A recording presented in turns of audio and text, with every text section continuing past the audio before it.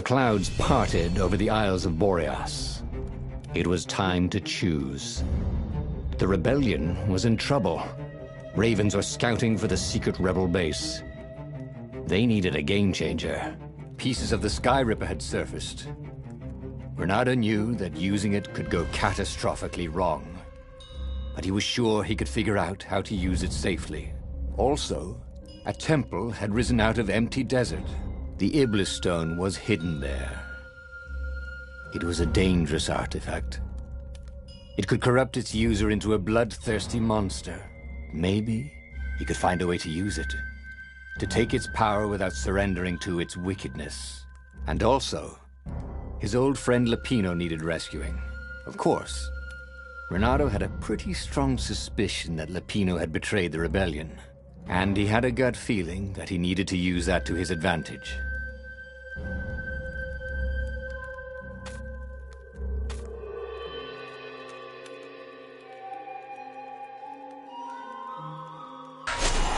The island was windswept desert. No one went there except ostriches and ostrich hunters. The Iblis stone. It would whisper promises in his ear, offer him power for blood. But this time, Bernardo was sure he could master it. And so, Bernardo went ostrich hunting.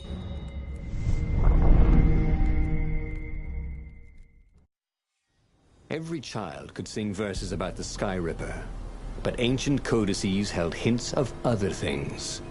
A stone that ate souls, a ruby that drank blood, a jewel only a righteous man could give away. Were all these things the Iblis stone?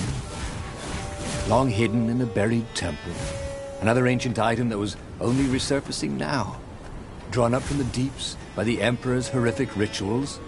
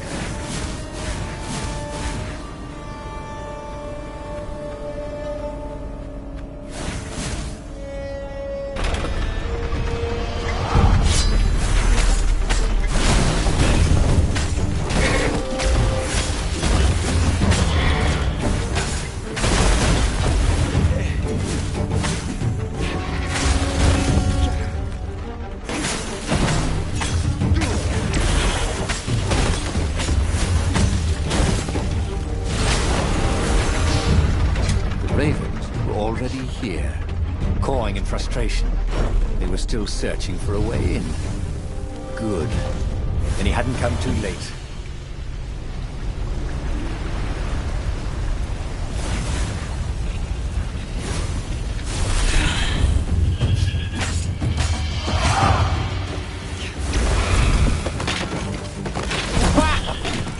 He didn't even need to aim it.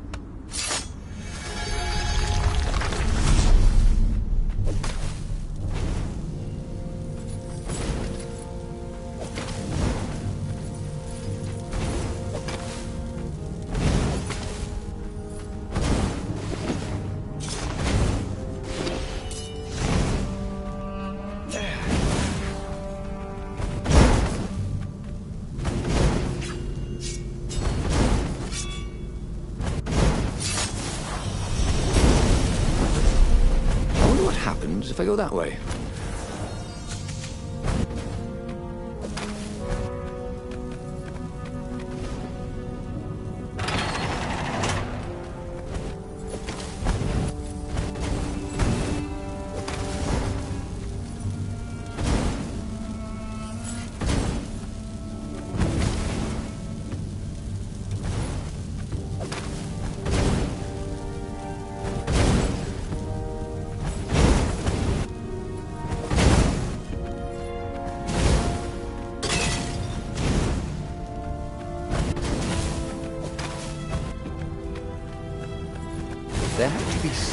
way to use the Iblis stone.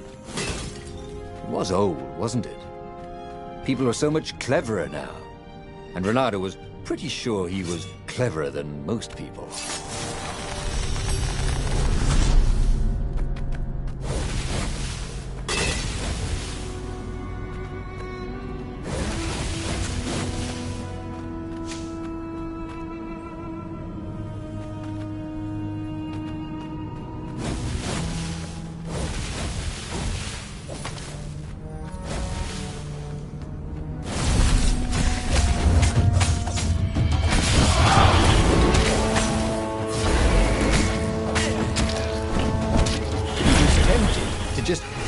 On the device and let it do all the killing for him. But that wouldn't be sporting, would it? Or fun?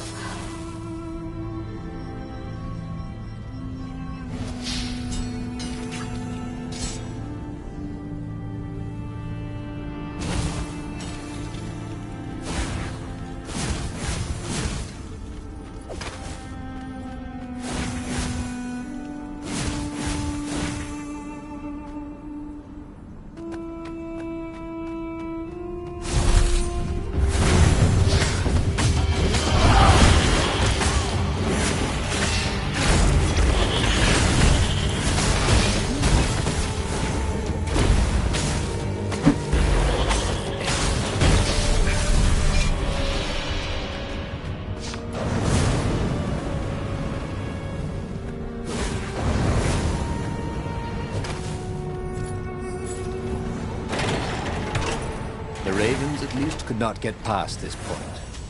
Obviously, the temple builders knew how to deal with tomb raiders.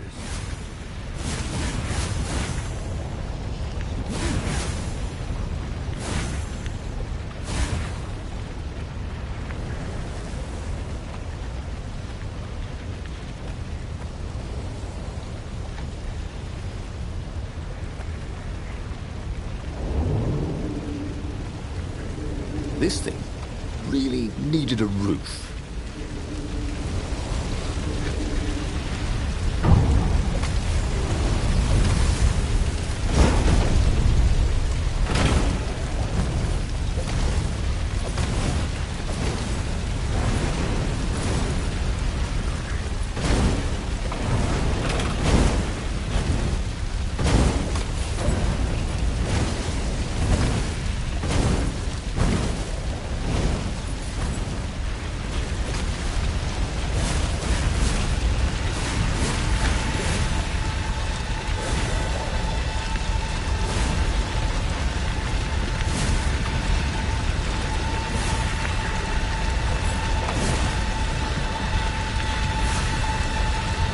It was a stone of the purest blackness.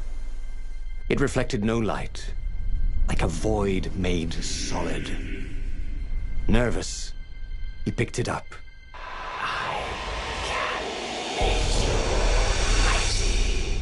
Who said that? It was the stone, eager, thirsty.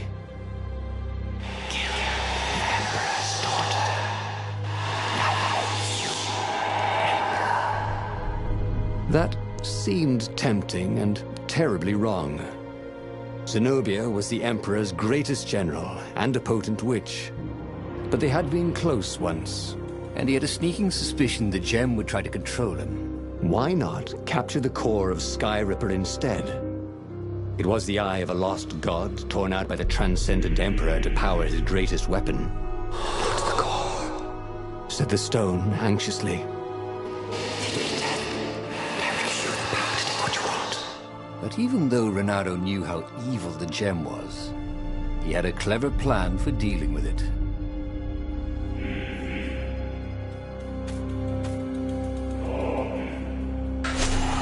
Why was he listening to a talking rock? But the rock had a point. If the stone could truly turn him into a powerful warrior, he could defeat the Emperor with the very weapon the wicked old toad had sought for himself. To be a hero, you had to sacrifice old friends sometimes, especially when they'd become enemies.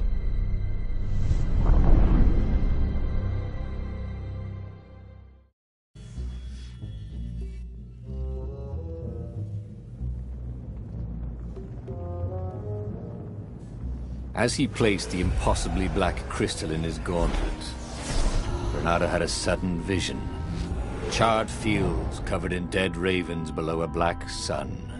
Was it the time of the lost gods before the transcendent emperor? Was it the future?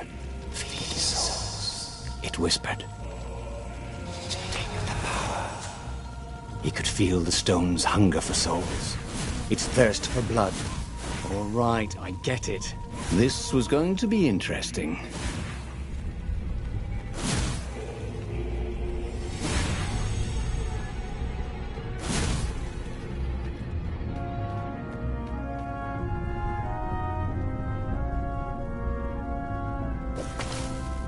The city was burning, and there was no one to put out the fires.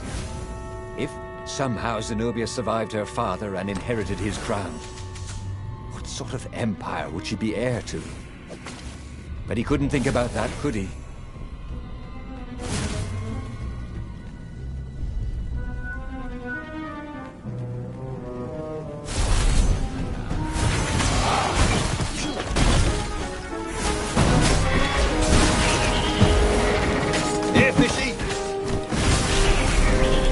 The ravens on Zenobia's island were no match for Bernardo.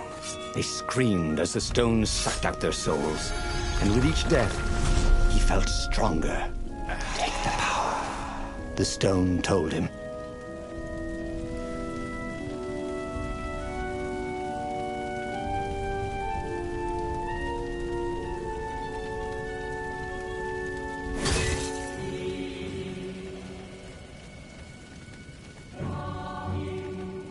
How could you convince a firewall you're its friend?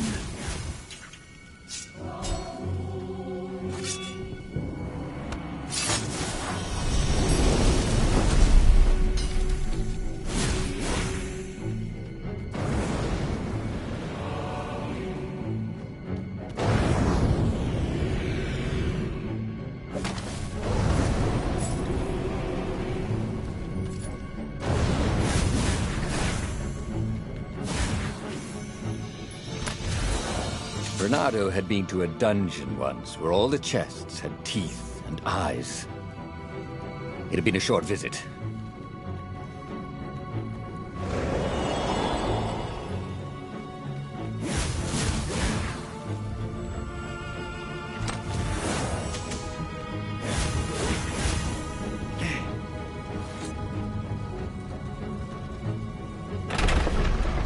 He couldn't do worse with Zenobia than he'd done with the core, could he?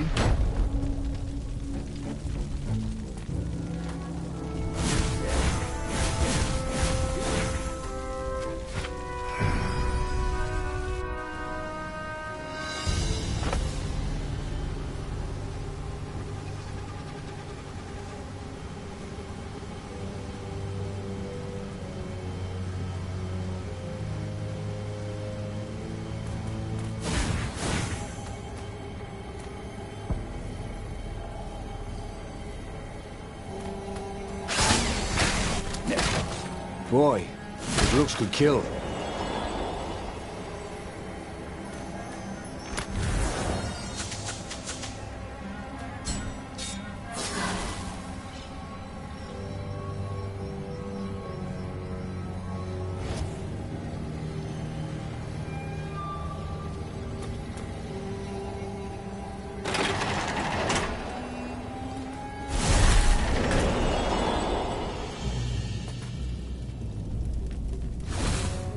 Zenobia was waiting for Bernardo.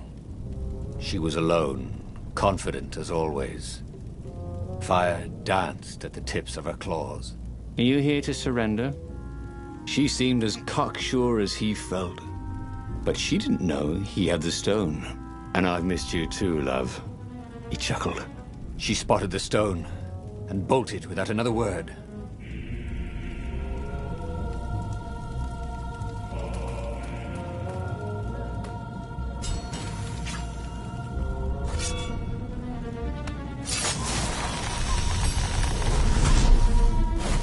Oh, hey, there's little red spots on your feathers. Oh, wait, not yet.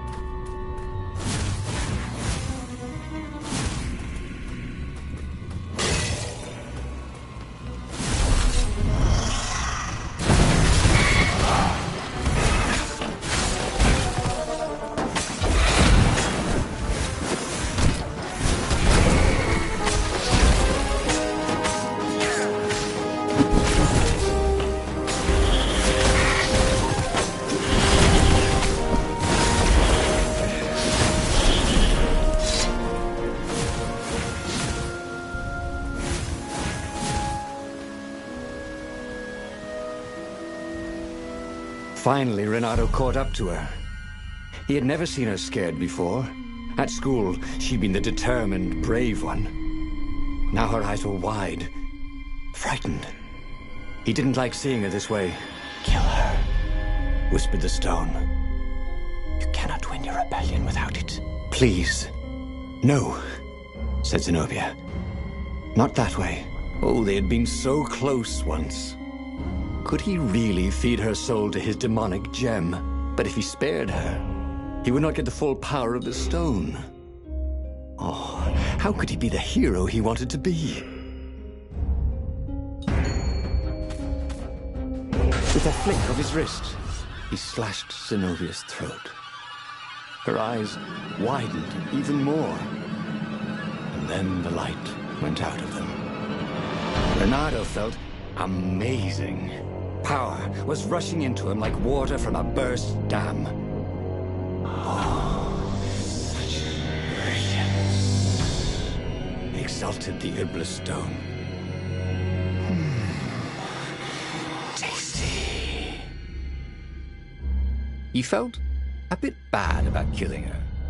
He was pretty sure she still loved him. But needs must when the devil drives. Renato returned to the Farfarer and set a course for the Nexus. The Empire had a communication outpost there. He could call the Emperor directly. It was time to seize the outpost and let the Emperor know what he had done.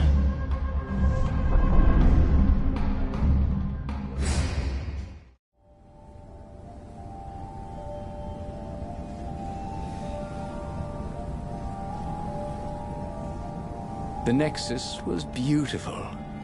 He'd never realized how beautiful. Everything glowed. The wind was so sweet. The sun so soft. The stones so warm. The black raven feathers. Black feathers. Suddenly, his eyes are filled with them. He's falling through smoke, under a dead sun. A voice calls him home. Is this a vision? Whose? Is it the time of the lost gods? Or the future? No matter. What mattered now was killing his way to the Imperial outpost and challenging the Emperor from there.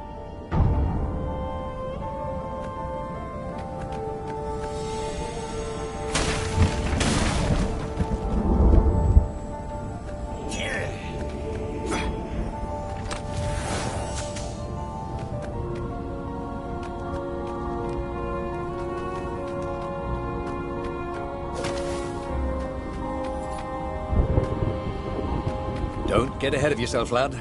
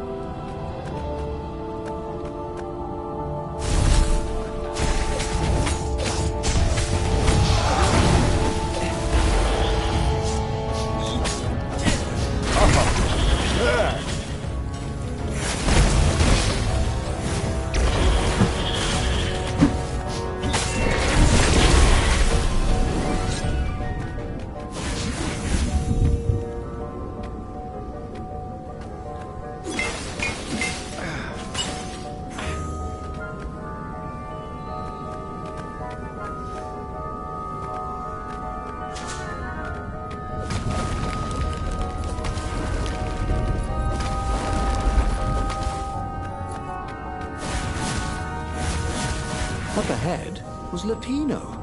What was he doing here? Bernardo! Hey, buddy! Hey there, old buddy! Please don't kill me! Why would I kill you? Asked Bernardo, although he had been thinking about it. Well, you've become... no, I mean, no disrespect at all here. Kind of evil? Maybe you should, I don't know, go to the mountains to have a think? See if maybe you're sure the stone is not all that healthy a thing to keep? I suppose you wanted, Renato said, and poked Lapino in the chest for emphasis. Oh, had he just killed the Pino? Oh, damn it.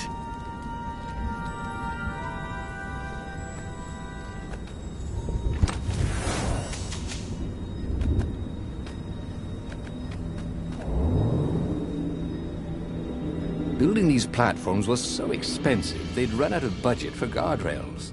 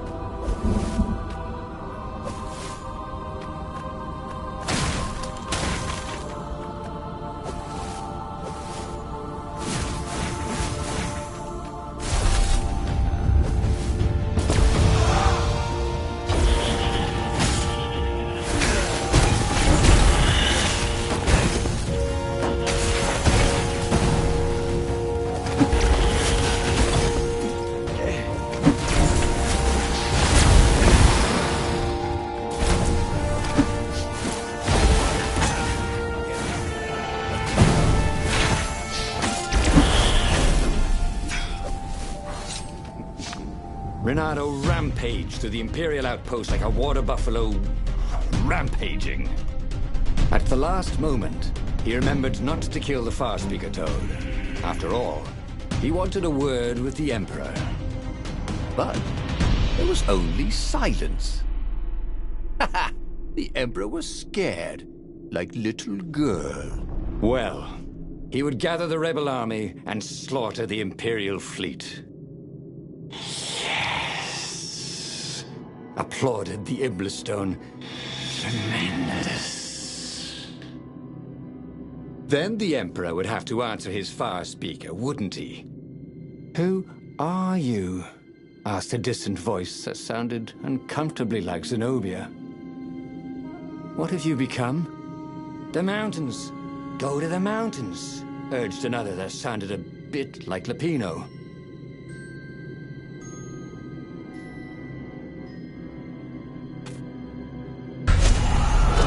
Called the Rebel Council to let them know to gather their forces. Then he killed the Farspeaker Toad. Why? Oh, because to make sure his sword was sharp. Oh no, that's awful. So no one else could use it. Yes, that's it. Then he set off for the ruins and the secret rebel base.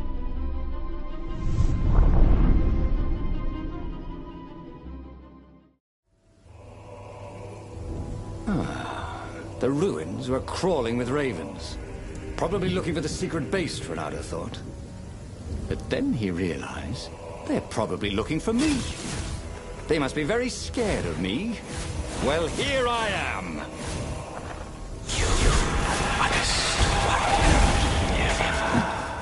Whispered the Iblistone.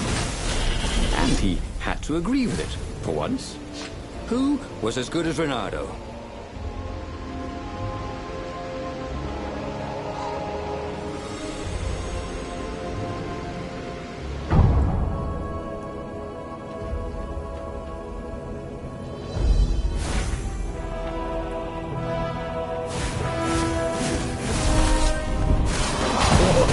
This device he could travel at night, so long as there were ravens to set on fire.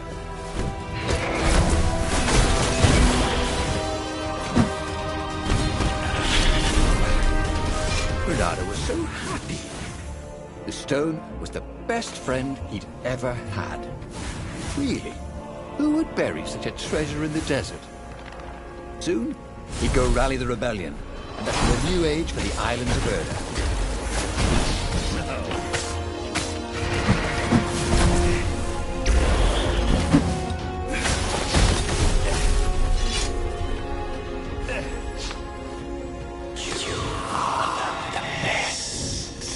Urged the stone. Let us make you Emperor. Come To think of it, Renato thought as he put down another raven, why shouldn't I be emperor? How did anybody get to be emperor anyway? By making war. I'm not counting the transcendent emperor, obviously, who had banished the lost gods in the start of time. Yes, he should be emperor. He would make a great emperor. Right, Stone?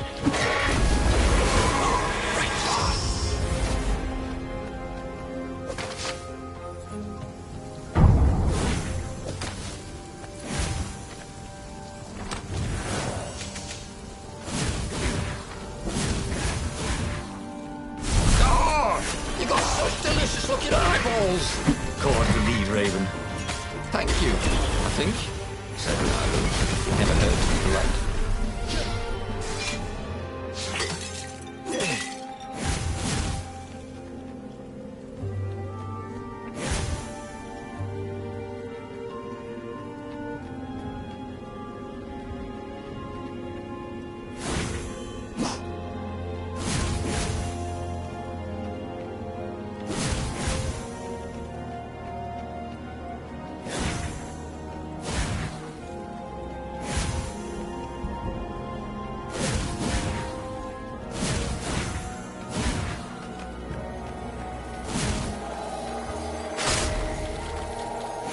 Hey, why don't you guys fight in groups? Oh, I know. Because there's no I in team.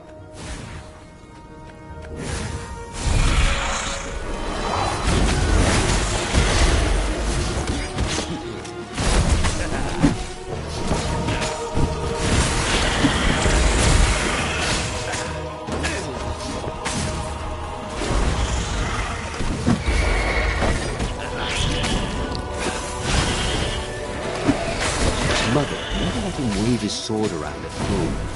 He guessed he was still compensating for that.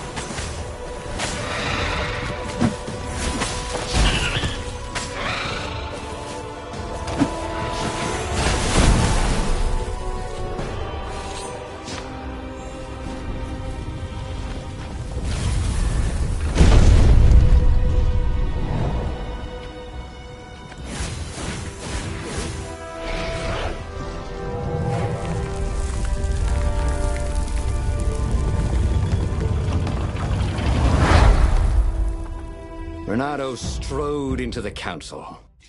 Let's do this thing. Let's make me emperor. They looked confused and nervous. Ah, had he mentioned the emperor thing? Yeah, he'd meant to bring that up later. I mean, let's go win this rebellion. He waved his sword around encouragingly.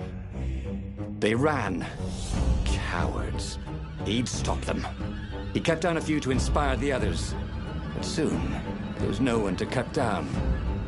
Well then, he'd have to attack the fleet alone. More for me, he said. Unless it was the stone that said it. Traitors. Traitors, all of them. They'd run rather than following him, rather than cheering him. What should he do to the cowards? Anything he wanted to. After all, he was a true hero, the best warrior there ever was. No one could stop him now. But first, finish him. The Emperor, that is.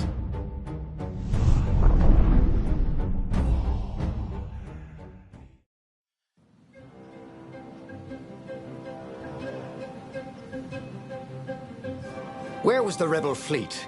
They weren't even trying an assault. They were going to miss a day in history.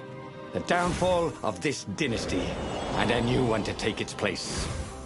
He didn't have to kill all the ravens. He could enslave them. And enslave the toads, too. All the animals would worship him as a god. For he had once been a god. They would willingly give him their blood and their souls. And the world would change. Would become familiar again.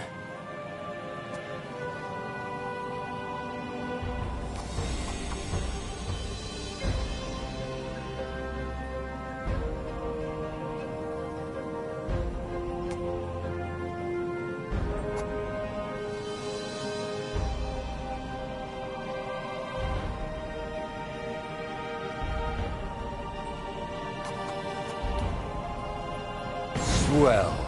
He'd always wanted to do that.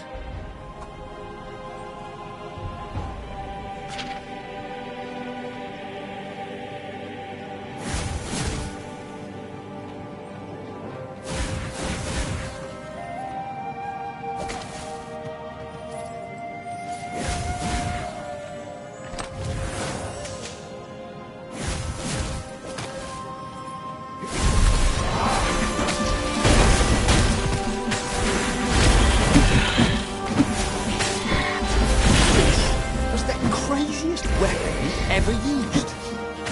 Or not.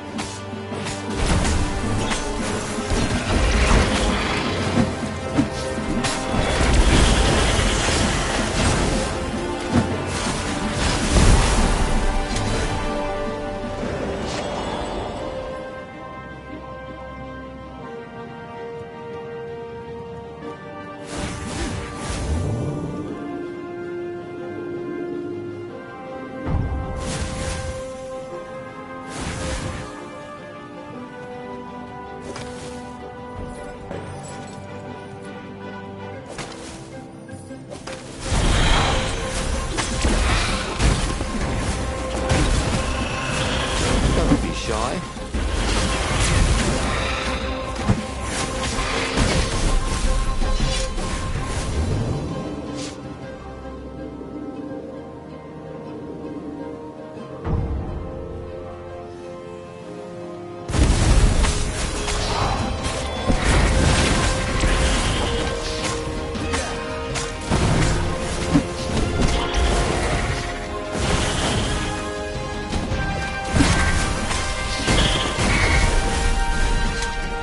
Bernardo was glowing with dark power. Already the sun had dimmed. He could do anything, he realized. He could wrap the island safely in smoke again. He was beyond a hero. He was going to become a god again. How odd, he thought, that the Iblis Stone had nothing to say about any of this. Well, no matter. Once he killed this petty Toad Emperor, he would bring back the Black Sun. Imagine if you built a house on one of these things. Oh, that would be amazing. It would be like having a boat.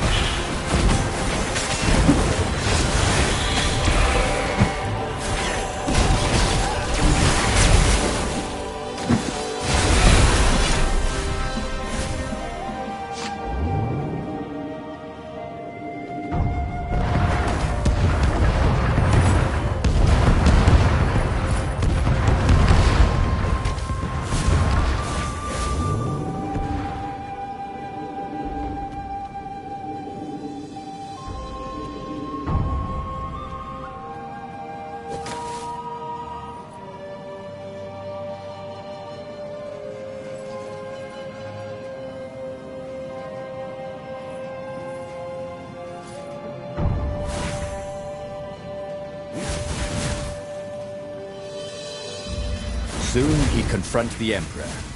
Again. This time, he'd make an end of it. He'd screwed up last time, but he had a good feeling about this time.